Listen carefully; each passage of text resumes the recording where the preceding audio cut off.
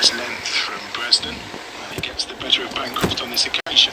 Yeah, really good execution of the wide Yorker, again, mixing it up, you know, the heavy length ball to the left-hander, and then now, again, you're not going to bowl short, you shouldn't bowl short to the small boundary, it'll be wide Yorker looking to target that blue line, and it's okay if you bowl the odd wide.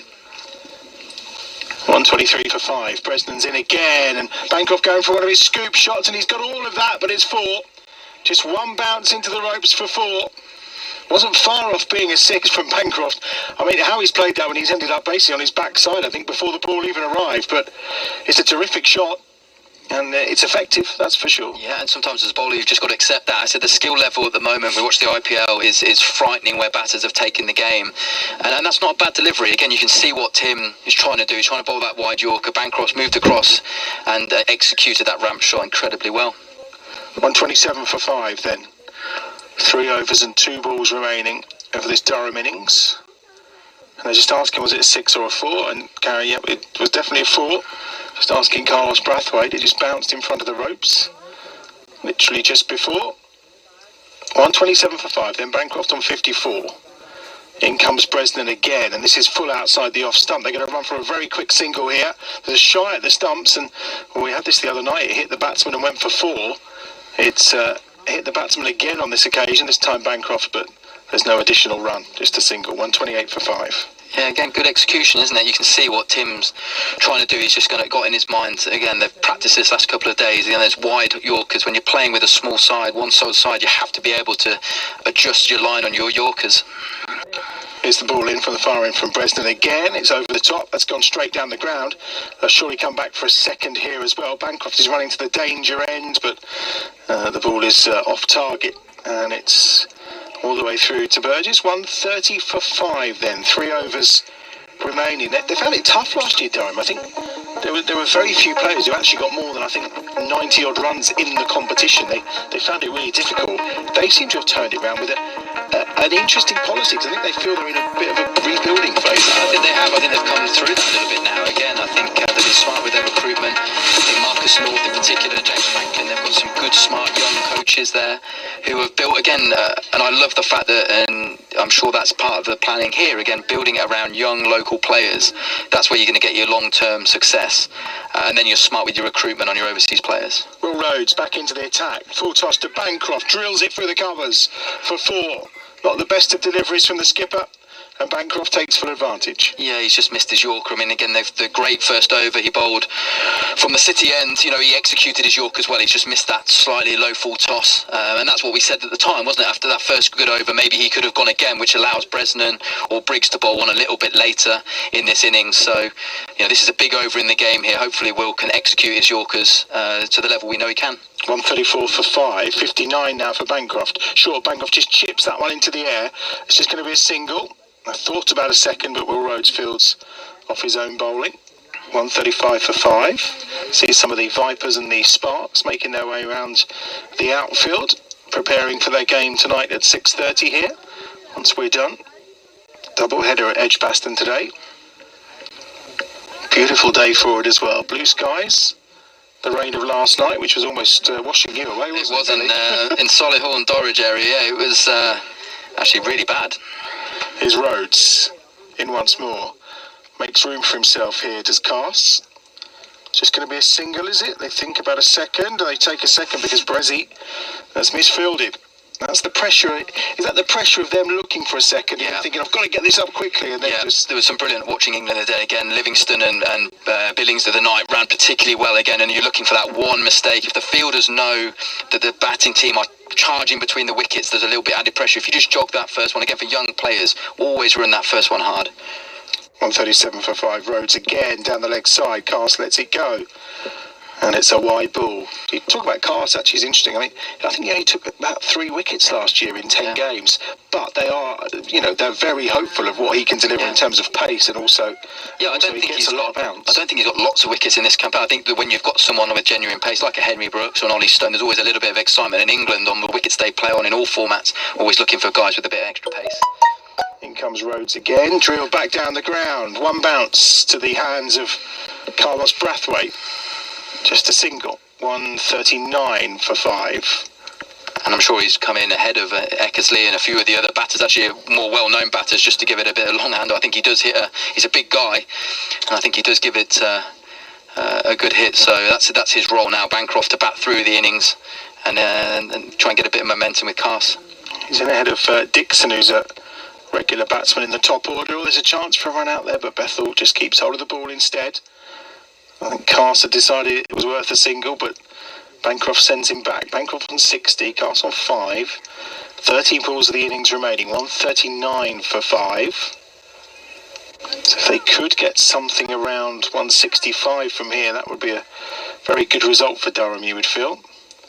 Rhodes in again from the pavilion end, drilled away by Bancroft and out. He's gone for 60. And Rhodes, the golden arm, does it again. Adam Hose with a catch on that far boundary. And that's the wicket they wanted. Bancroft's on his way for a very good 60. And Will Rhodes has his second of the game. Yeah, big wicket. He played well, Bancroft. He's held the innings together. And Birmingham managed to keep chipping away, taking the wickets again, which is so important. So there brings two guys, I suppose, relatively new to the crease for this last 3 overs. So it's really important. That's tactically what the coaches in there would love. There's nothing worse than having two guys set at the end. It makes it very hard for the bowlers. But to have two new batsmen at the crease now, hopefully, again, if they can execute the deliveries they want to do and the plans, hopefully we'll keep them under 165. But again, it's 1 over, isn't it? 1 over in T20 can change things. We've seen that all the time in this competition. If you miss your execution, the batters now, like I said, teams bat all the way down to 11, and they're all draining it through the winters, on the machine, hitting sixes from ball 1. So yeah, a really important couple of overs, 12 balls to go. Carlos Brathwaite is back into the attack. Reminder, we're back here Wednesday night against Yorkshire. It's a match dedicated to the great efforts of the NHS staff as well. There are a very limited number of tickets remaining, so if you want to get hold of yours, tickets.edgbaston.com, and then we're back here again on Friday night as well, too, before we have a little break through to the 16th of July, when Worcestershire are in town, of course, for the big one. Are England playing that day? Will Moeen be here? Now, the questions that immediately spring to mind when Worcester come to town. It's always good, isn't it? I think all the players look forward to that one, and you try and, I said, it's nice to, looking back actually, when you win those games, especially over on their ground, and you get a man of the match, they're the games, and unfortunately Moeen's done it a few times the reverse. 140 for sticks here. That's Dixon.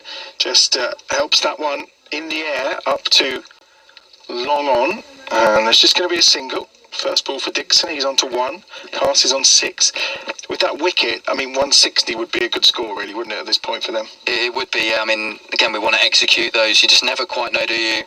Someone like Carson can hit a long ball, and Brathwaite at the moment is trying to, again, bowl that wide line, as much, and make sure that small boundary is out of play. Brathwaite in again, bowls wide of the off stump, and far too wide for the liking of Peter Hartley at the far end. That's going to be another wide. I think sometimes, I said, from the coach's point of view, they can accept the odd one because they can see what he's trying to do. If he was bowling a straight Yorker and it goes into the stand, they're trying to be understanding the thinking behind it. But you can see a clear plan, and I know they've worked on it last couple of days again. Not just trying to be, trying to bowl straight. You've got to be thinking on your feet all the time with a small boundary. Brathwaite in once more. This is short outside the off stump. It's skewed up in the air by Cast. It's a steepler who's underneath that and going to take the catch. It's brilliantly taken, and it's Bethel. Makes up for the earlier drop off the bowling of Bresnan. He's gathered this one up, and Cast is the man out. And the catch is taken by Jacob Bethel on his home debut in this competition, and it's another one down. Yeah, good delivery again, wide, trying to make Cast fetch the ball, and a great catch from Bethel there again, of having put one down earlier. Again, it just shows, he's got calmness about him to put that to bed early, which you have to be able to do, and focus on what's to come, and he's done that exceptionally well. Ian Bell alongside us here at Edgbaston on Bears Den TV. We've got Dominic Sibley coming back to join us later, an all-star cast today for this game against Durham. 142 for 7. It's a proper northern name, isn't it? Ned Eckersley. I'm not too sure where he does actually come from, but it's got to be Yorkshire or from somewhere up in the northeast, you would suspect, with a name like Ned Eckersley. He's joining Dixon, who's on strike here. He's only on 1. Brathwaite's in again. Tries to just paddle that reverse around the corner, but it was a full ball from Brathwaite. And it's a dot ball. 2 remaining in the over.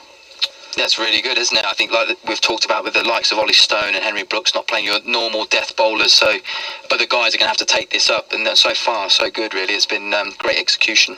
Brathwaite always seems to, however he's bowled, he's always getting one or two really important wickets.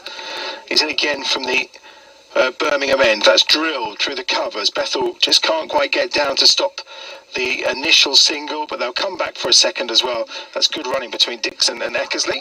144 for 7 balls remaining. So do we think it's going to be Miles or the captain to bowl the last over from this end? That'll be quite an important decision. Probably Miles, I would have thought, but is that a captain being selfless when actually he's probably the better man for the job? I don't know. It's a big decision. Again, like these balls now, again, you just want to cut down these boundaries and go in with that momentum at the halfway point. Brathwaite in again. Big hit, that one. Up in the air. He's gone to the long boundary. Coming round on the edge to try and take the catch, and it's brilliantly taken. It was up for a long time. It was just hanging in the air, and Dixon's gone for 3. It's a terrific catch, and it's another wicket down. The 8th of the innings has gone for Durham. It's a really nice take. It's another wicket for Brathwaite. Surprise, surprise. Crucial wicket after crucial wicket, but that was up in the air for so long. That's a really good catch. Again, that's what we've talked about. Smart bowling, it's wide.